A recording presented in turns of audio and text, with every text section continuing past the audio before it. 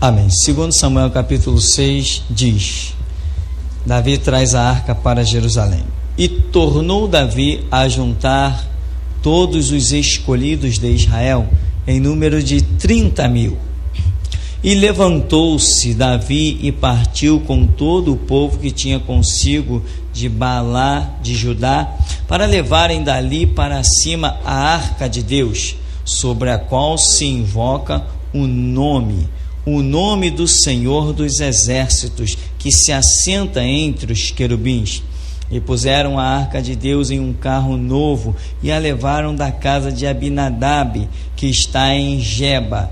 E Uzá e Aiô, filhos de Abinadab, guiavam o carro novo. Amém. Inicialmente, até aí, você pode sentar em nome de Jesus.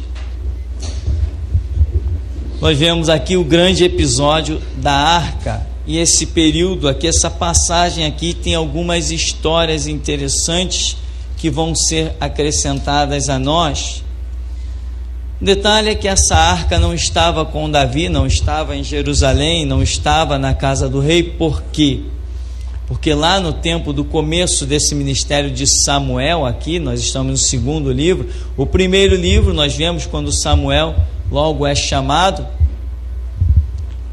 ele decreta um juízo sobre Eli, um sacerdote que Deus condenou por não ter repreendido aos filhos. E naquele tempo de Eli, a arca de Deus foi tomada pelos filisteus.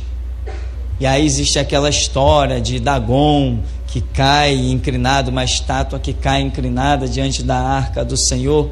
É aquilo que nós já temos visto aí na Escritura. Mas aqui, a arca era de tanta importância para a nação de Israel, que quando Eli soube da notícia que o povo de Israel perdeu a guerra e que a arca tinha sido levada, ele, com o impacto da notícia e também o juízo de Deus que já estava sobre a vida dele, ele cai para trás e acaba falecendo. A arca representava a própria presença de Deus na nação de Israel. Então, se a arca fosse levada, se Israel fosse ferido numa guerra e a arca fosse levada, isso para a nação de Israel tinha o nítido significado de que Deus os havia abandonado e se havia retirado do meio deles. Por isso a arca tinha um símbolo muito forte.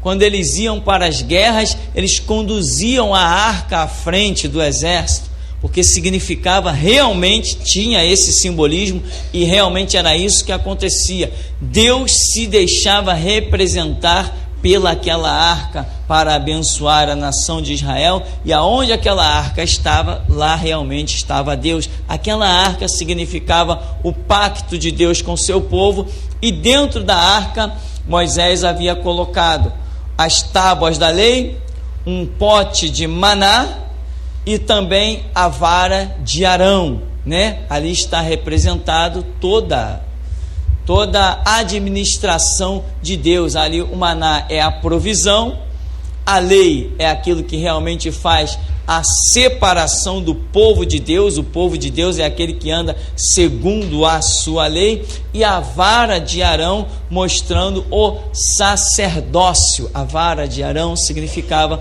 o sacerdócio. Então ali Deus estava demonstrando a sua administração. Enfim, Davi começa a ser projetado e vai parar em Jerusalém, e ele resolve trazer a arca de Deus de volta para Jerusalém.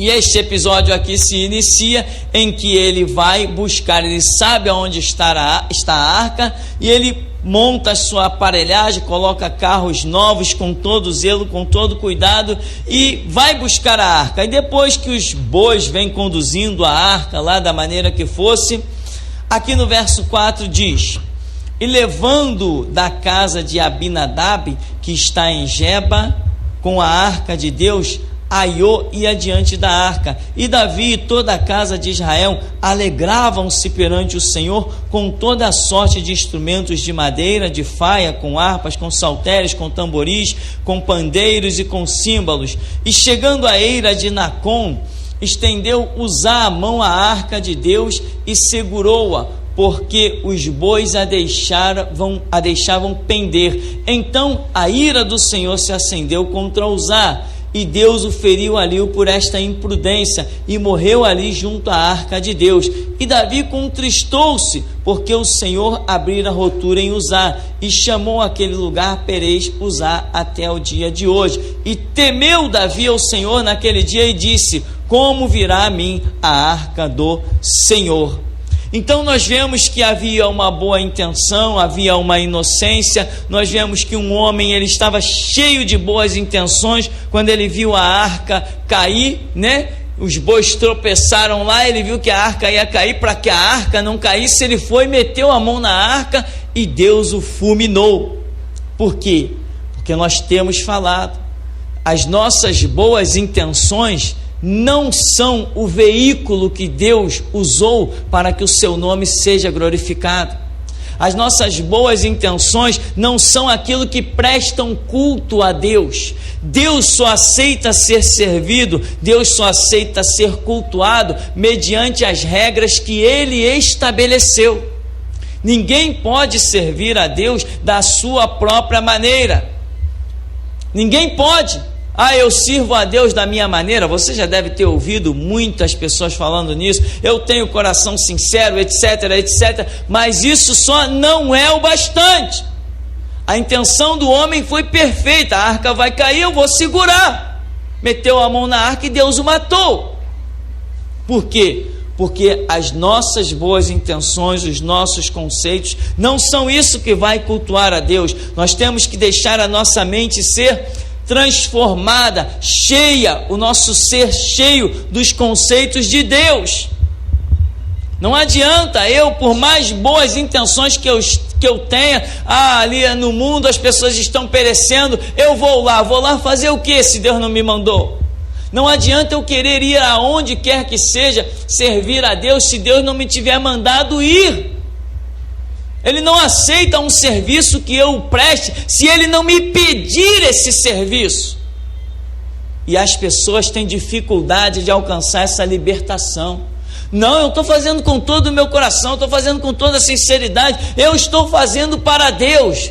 É difícil para as pessoas entenderem que Deus não aceita o que eu faço para Ele como serviço se Ele não me tiver pedido. Isso é uma questão de libertação, irmão. Entendimento profundo. Você vê que o homem foi meter a mão na arca, quando encostou na arca, foi fulminado pelo poder de Deus. Davi se entristeceu. Ora, Davi era rei, mas estava um pouquinho distante dos pergaminhos, porque se ele estivesse meditando profundamente nos pergaminhos, ou se ele tivesse antes orado e dito assim: a arca está em tal lugar, Deus, como é que a gente vai transportar essa arca? Ele teria tido a resposta. Mas Davi, na sua boa intenção, pegou um carro novo. Olha, eu quero o melhor boi, eu quero o melhor carro, eu quero tudo do melhor, tudo novo, tudo limpo, para transportarmos a arca do Senhor. Botaram lá a arca em cima de um carro. E Deus não estava no negócio. Às vezes, irmão, você tem que entender que tem coisas que parece que Deus está nela. Está tudo bem. Os bois são novos, estão limpinhos, o carro é novo, as rodas estão perfeitas, está tudo da maior maravilha. Deus está nesse negócio. Não, Deus só está naquilo que Ele te mandar fazer. Se Ele não te mandou fazer, Ele não está. Não, mas 2 mais 2 igual a 4, na tua matemática. Na de Deus não é. Na de Deus só é 2 mais 2 igual a 4, quando Ele decide que 2 mais 2 vai ser igual a 4. Se Ele disser que não vai ser, não vai ser. Ele tem como dizer que não é e faz que não seja. Então, não adianta só boas intenções. Nós vemos nesse episódio essa grande lição. E é por isso que eu sempre tenho repetidamente falado neste lugar: irmão, não esqueça da oração. Hora de decisão é hora de oração. Deus nos deu essa frase nesse lugar. Deus nos deu essa frase neste lugar. Hora de decisão é hora de oração. Essa não foi uma frase formulada pela minha cabeça, não, irmão. Isso foi uma revelação dada nesse ministério. Hora de decisão é hora de oração. O que você vai fazer, o que você projetou, pegue o seu projeto, leve ao altar de Deus. Se Deus carimbar, faça que tu vai prosperar. Se Ele não carimbar, meu irmão, por melhor que seja a planta do seu projeto, joga fora no lixo. Isto é evangelho, isto é servir a Deus, é você abolir completamente os teus conceitos, jogá-los todos lá embaixo. Tem pessoas que têm dificuldade disso. Não, mas eu tenho a minha personalidade, eu tenho a minha inteligência, eu tenho o meu caráter, eu vou servir a Deus assim, nessa personalidade, nesse caráter, porque Pedro era isso, e começa a usar exemplos bíblicos. Meu irmão, Deus tratou com cada um como Ele quis tratar. E não adianta você tentar entrar na mente de Pedro. Não, Pedro era aquele veemente, etc. Pegava da espada, sim, mas ele só foi útil ao ministério quando largou da espada. Houve uma mudança, houve uma transformação. Aquele Pedro, de repente, quando houve uma contenda na igreja, o que ele falou para todo mundo? Olha, vocês aí elejam homens aí prudentes e sábios e cuidem dessa parte aí. Nós continuaremos nos aplicar na palavra e na oração. Então o Pedro de antes não é o mesmo Pedro de depois. Cuidado com os exemplos bíblicos que a gente vai usar. Enfim, Deus não aceita ser servido da maneira que eu escolher para servi-lo. Qualquer coisa que eu for fazer nesse lugar, eu tenho que pedir com orientação ao Senhor. Qualquer coisa que você for fazer na sua vida, você tem que pedir orientação ao Senhor. E se Deus não te disser que está no negócio, não entra nele. Amém? Não entra nele. Ah, mas eu sou inteligente, eu tenho condição. Meu irmão, inteligente até o diabo é, e muito mais que nós. Ele tem uma inteligência fantástica. A prova está lá na tentação de Jesus. Ele tentou Jesus em níveis fantásticos. Inteligência nunca nos serviu para nos colocar dentro do reino de Deus. Nós, com inteligência ou sem ela, dependemos de algo chamado revelação. Aqui então, temeu Davi ao Senhor naquele dia e disse: como virá a minha arca do Senhor? Os pergaminhos estavam distantes de Davi. Ele não estava na consulta dos pergaminhos, senão ele saberia que a arca não poderia ser conduzida, puxada por animais, nem carregada em carro. A arca tinha duas auréolas à volta dela, que se atravessava duas varas, uma de cada lado, e ela era carregada nos ombros. Era assim que a arca tinha que ser conduzida. Então, meu irmão, se você não sabe como fazer algo para Deus, consulte a Deus para que Ele te diga, mas não faça como você acha que tem que ser feito. Isso tem matado milhões de pessoas desde que a igreja foi fundada por Jesus Cristo, porque as pessoas sempre acharam que podiam fazer. Ah, eu gosto de visitar o hospital, eu vou lá visitar o hospital. Deus está no negócio? Vai. Não está? Não pode ir. Vou visitar presídio. Deus está no negócio? Vai. Vou dar comida para os mendigos no meio da rua. Deus está no negócio? Já orou? Então, meu irmão, não tente fazer para Deus aquilo que Ele não te disse para fazer. Você é servo. Desde que há homens sobre a face da terra, o que nós entendemos sobre o título de servo é que um servo não tem projeto.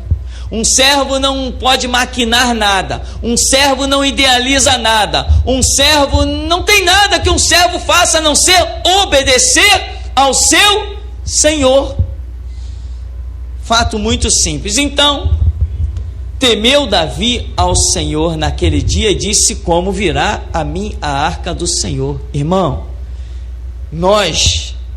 que nós sejamos, pelo que a Bíblia já fala, que seja isso suficiente para que nós tenhamos temor suficiente. Davi, consagrado rei em Hebrom, consagrado rei em Judá, consagrado rei em Jerusalém, o povo todo com Davi, o temor dele ainda não era o suficiente. Mas quando ele quis carregar a arca, que ele viu Deus matar um homem diante dos olhos dele, com fogo fulminando direto do céu, ele falou assim: epa, esse Deus não é Deus de brincadeira. Entende, irmão? Que não precise acontecer na minha vida uma coisa séria, terrível, para que a gente veja que Deus não brinca com a gente. Ele institui regras. Eu quero que carregue a arca assim, não faz de outro jeito. Fez, a morte vem. Entende? Então, meu irmão, observe a escritura. Davi temeu ao Senhor, mas é um temor, claro, não é um temor que veio tarde, mas naquela situação foi tarde demais. Ele ficou, diz a Bíblia, entristecido, né? Diz aqui, contristou Davi porque o Senhor matara aquele homem. E no verso 10, não quis Davi retirar para si a arca do Senhor para a cidade de Davi, mas Davi a fez levar a arca de Obed-edom, o geteu. Ficou a arca do Senhor em casa de Obed-edom, o geteu, 3 meses, e abençoou o Senhor a Obed-edom e a toda a sua casa. Então avisaram a Davi, dizendo: abençoou o Senhor a casa de Obed-edom e tudo quanto tem, por amor à arca de Deus. Foi, pois, Davi e trouxe a arca de Deus para cima da casa de Obed-edom, a cidade de Davi, com alegria. Aí nós vamos ver em outros episódios como ele descobriu que a arca deveria ser conduzida, e ele foi lá e buscou a arca. No 13, sucedeu que quando os levavam a arca do Senhor, tinham dado 6 passos, sacrificava ele bois e carneiros cevados. E Davi saltava com todas as suas forças diante do Senhor. E estava Davi cingido de um éfode de linho. Assim, subindo, levavam Davi e todo Israel a arca do Senhor com júbilo e ao som das trombetas. Sucedeu que, entrando a arca do Senhor na cidade de Davi, Mical, filha de Saul, estava olhando pela janela e vendo o rei Davi, que ia bailando e saltando diante do Senhor, o desprezou no seu coração. E, introduzindo a arca do Senhor, a puseram no seu lugar, na tenda que Davi lhe armara. Ofereceu Davi holocaustos e ofertas pacíficas perante o Senhor. Acabando Davi de oferecer os holocaustos e as ofertas pacíficas, abençoou o povo em nome do Senhor dos Exércitos. Repartiu a todo o povo e a toda a multidão de Israel, desde os homens até as mulheres, cada um bolo de pão e um bom pedaço de carne e um frasco de vinho. Então foi-se todo o povo, cada um para a sua casa. Voltando Davi para abençoar a sua casa, Mical, filha de Saul, saiu ao seu encontro e disse: quão honroso foi o rei de Israel, descobrindo-se hoje aos olhos das servas de seus servos, como sem vergonha se descobre qualquer dos vadios. Disse, porém, Davi a Mical: perante o Senhor, que me escolheu a mim antes do que a teu pai e a toda a sua casa, mandando-me que fosse chefe sobre o povo do Senhor, sobre Israel, perante o Senhor me tenho alegrado, e ainda mais do que isto me envileçarei e me humilharei aos meus olhos, e das servas de quem falaste, delas serei honrado. E Mical, filha de Saul, não teve filho até o dia da sua morte. O que nós vemos aqui? Davi é um homem que tem um reinado messiânico, ele prefigura a vinda de Cristo.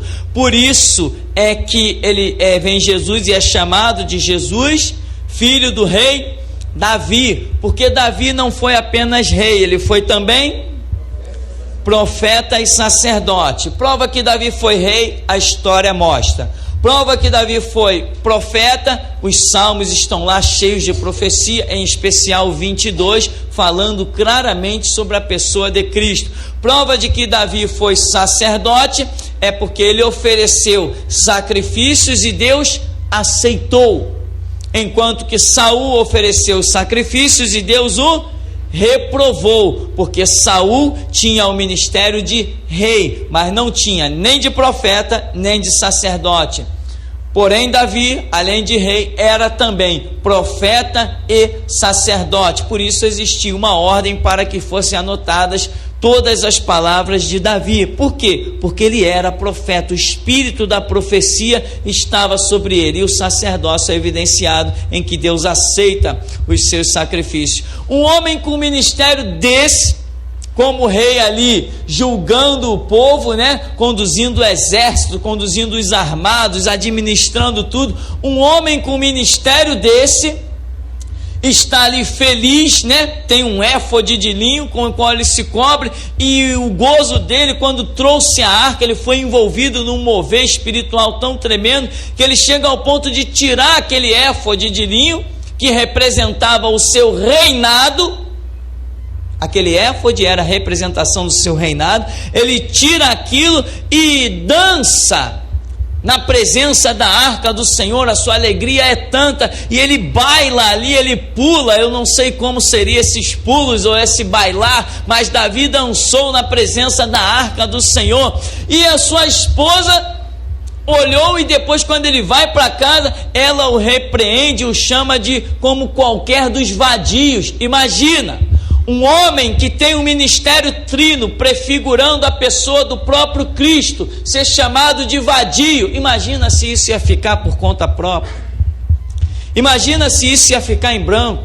Imagina se isso poderia passar em branco. Davi, que tem o espírito da profecia sobre ele, diz assim: das servas de quem tu falaste, delas serei honrado. E a profecia entrou, e Mical fica estéril e nunca teve o prazer de ter filho, como diz aqui, até o dia da sua morte. Mical não teve filhos, a filha de Saul. Veja bem, Davi despiu-se desse éfode, e isso prefigura Cristo, que a Escritura diz que Cristo despiu-se da sua glória e habitou entre nós. Davi estaria exatamente deixando essa simbologia. O ministério do homem é tão profundo que ele está deixando essa simbologia sobre a terra. Deus está usando ele para isso, em que Jesus ia despir-se da sua glória, representado no manto sacerdotal e no manto de rei que Davi tinha. Ele tira, isso está representado que Jesus despir-se-ia da sua glória para habitar entre os homens, ia ser visto como um homem comum. Foi isso que Davi aqui é usado por Deus para representar, porque quem olhasse para Davi sem aquelas estolas sacerdotais, o olharia como qualquer homem. Por isso Mical o olhou somente como qualquer homem. É um vadio, se despe como qualquer vadio perante as servas dos seus servos. Mas um homem, meu irmão, por mais que seja a sua aparência numa representação, a sua essência é o que é. E ele lança a profecia e ela se torna estéril. Isto é um motivo, na época, de muita vergonha para uma mulher em Israel. Não vamos entrar nesse contexto da história. Porém, observa bem, a mulher é representação de quê? Da igreja e de Israel. A mulher representa tanto Israel quanto representa a igreja.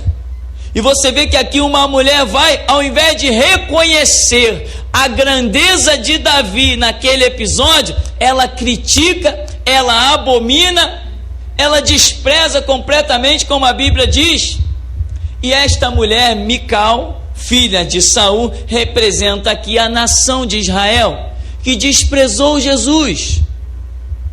Chamaram Jesus de endemoniado, foram afrontar Jesus, e cada um que afrontava Jesus, Jesus deixava uma profecia. Ele expulsa demônio pelo príncipe dos demônios, ele tem pacto com o diabo. Aí Jesus falou assim: eu expulso pelo príncipe dos demônios, e por que então eles vão expulsar os vossos filhos? E a coisa vai assim, e assim como Mical faz com Davi, Mical representa aqui a nação de Israel, assim nós vamos ver lá na frente, quando Jesus se manifesta, é exatamente o que acontece.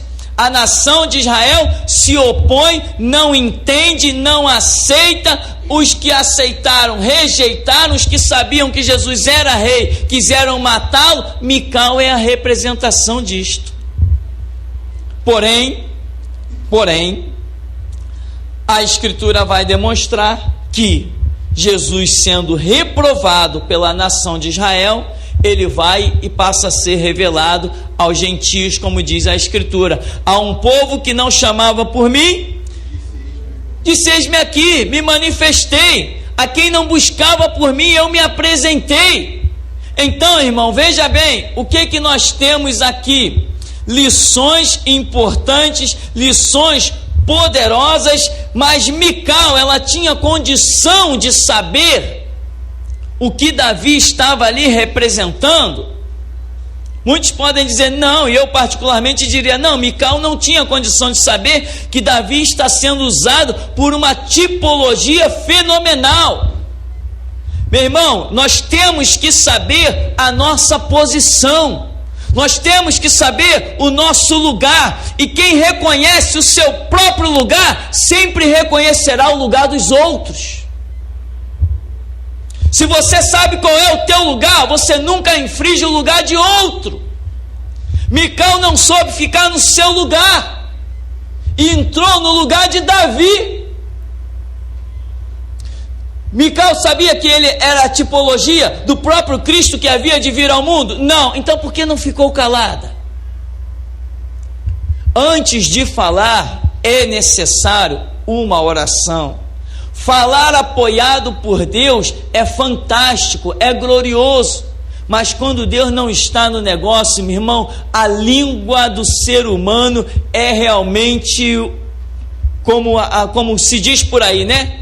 É chicote e é serpente. É um caso sério. Se Mical não sabia o que estava acontecendo ali, aliás, o que tinha a ver ela com essa história? O que tinha a ver ela com essa história? Ou seja, tem histórias que nós não temos nada a ver com elas. Então deixa elas de lado, larga elas para lá. Vamos cuidar do que é nosso. Vamos cuidar do que Deus nos tem dirigido. Vamos cuidar daquilo que Deus tem colocado nas nossas mãos. Vamos andar na estrada que Ele nos deu a direção. Ah, mas tem uma outra estrada ali pertinho. Eu não tenho parte com aquela estrada, eu tenho parte com essa. Existe uma direção para as nossas vidas. Nós temos que ser servos. Temos que falar o que Ele manda. Temos que ir aonde Ele manda. Temos que criticar o que Ele manda. Temos que condenar o que Ele manda. Temos que aprovar o que Ele manda. Isto é ser servo. E faltou em Mical. E teve a vergonha, carregou uma grande vergonha até a sua morte, né? E aqui está registrado para que todos saibam e temam. Então, primeiro ponto aqui no verso 9: temeu Davi ao Senhor naquele dia e disse: como virá a mim a arca do Senhor? Eu quero que você enfatize isso, irmão, na sua vida. Tema a Deus. Tema.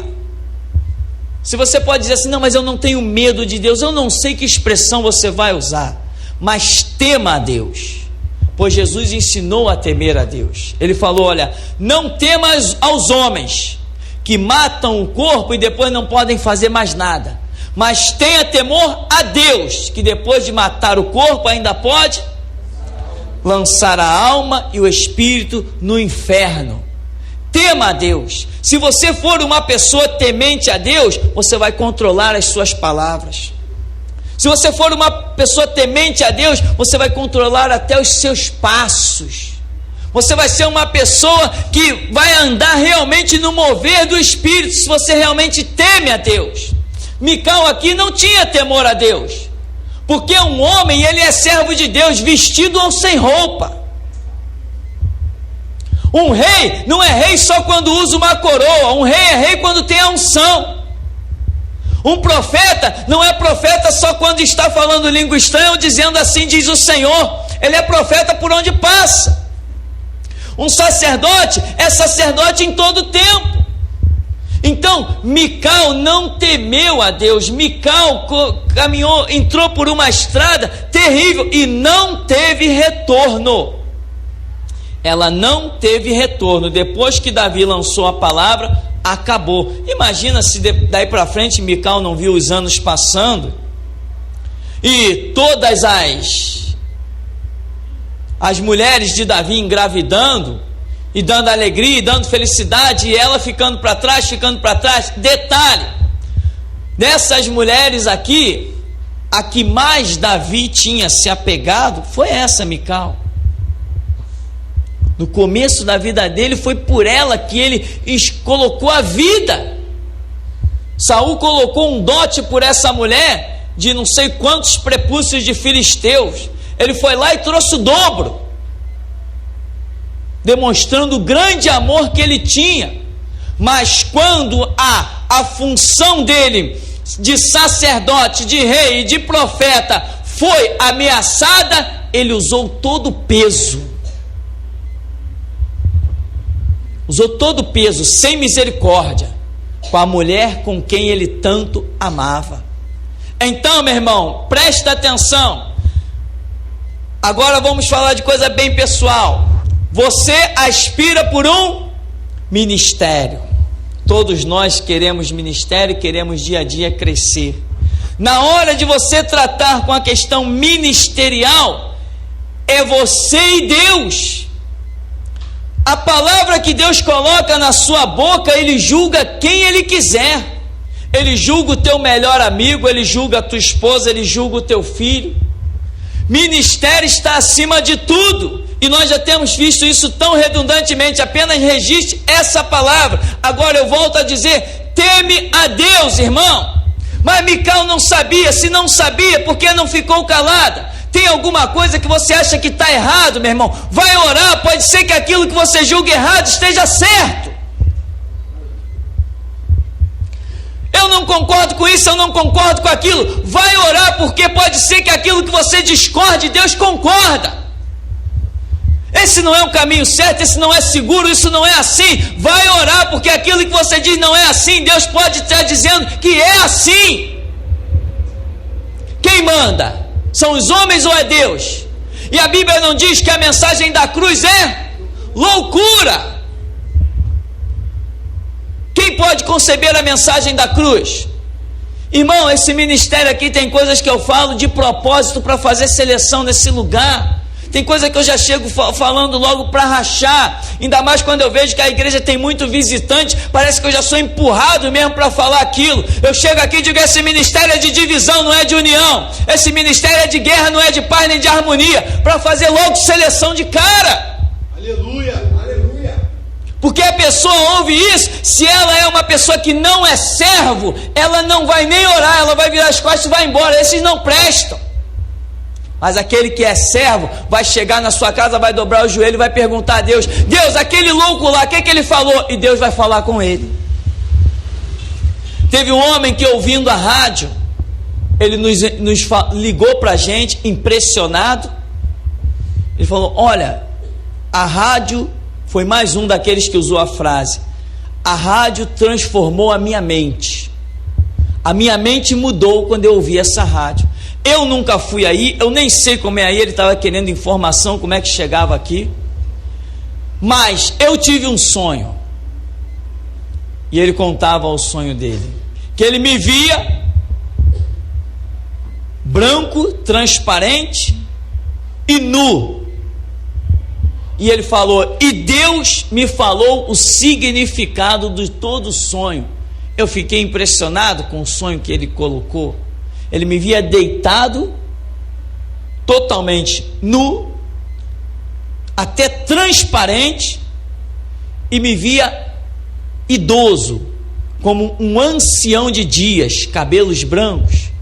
E ele ia contando aquele sonho, contando o que a rádio tem feito na vida dele, e as pregações, o que tem acontecido na vida dele. E ele começou a mostrar as simbologias que, quando ele ia tendo o sonho, uma voz falava com ele. E ele dizia: você tem os cabelos alvos como a neve, você é o ancião de dias, porque a sabedoria está sobre você. E ele dizia: você é transparente, você fala o que Deus manda, você está nu, porque em você não tem capa, é sim, sim, não, não. Eu fiquei impressionado com aquilo, foi um impacto pelo telefone tão grande. Irmão, é assim mesmo. O ministério aqui não é para reunir reunir multidão é para fazer seleção. Eu disse isso, escandalizei algumas pessoas. Essa visão de junta a gente na igreja, junta a gente na igreja, junta a gente na igreja. Eu falei, meu irmão, igreja não é para juntar gente, igreja é para fazer seleção dos que vão herdar a glória de Deus. Papo besta desse negócio de igreja transbordante, igreja superlotada, gente para tudo que é canto. Quando bate o pé, só fica os 300 de Gideão. É esses que nós queremos. Nós não queremos ficar perdendo tempo. Não queremos ficar perdendo tempo. Irmão, eu sou transparente mesmo. Não me interessa ficar perdendo tempo. Tem gente que depois de 5 anos de igreja ainda vem fazer perguntas que a gente diz assim, o que essa pessoa está fazendo dentro da igreja? Que nem Paulo escreve para Coríntios, olha, vocês são meninos, eu tenho que dar leite para vocês beber ainda. Vocês não podem suportar um alimento sólido. Depois de 5 anos dentro da igreja, meu irmão, você tem que estar dando aula. Não é mais dependendo de rudimentos da fé, coisas mínimas. Então, aqui nós temos que agir com transparência. Irmão, tenha temor, vai orar. Não está certo aos teus olhos, cuidado. Não estar certo aos teus olhos é porque você só enxerga por um ângulo, mas Deus enxerga por outros.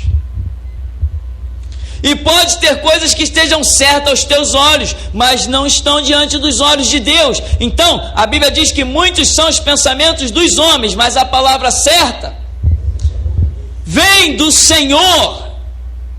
A resposta certa vem do Senhor. Então, meu irmão, você tem que se conduzir em triunfo, em poder e glória. Aqui Davi não olhou o amor pela sua esposa, não olhou a sua amizade pela sua esposa. Você tem que ver a glória de Deus, porque um dia lá no céu todas as primeiras coisas são passadas. Nós precisamos entrar nesse céu não de cabeça baixa, mas de peito erguido.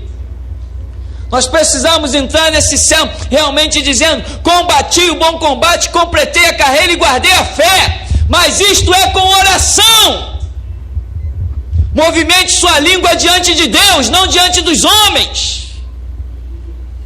Tem dúvida? Vai para a oração, vai para a escritura.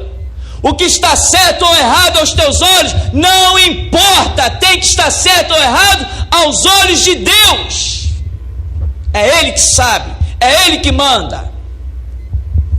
Jesus Cristo chegou e chamou os escribas, os fariseus, tudo de hipócrita. Muita gente diz assim, está errado, mas estava certo. Amém?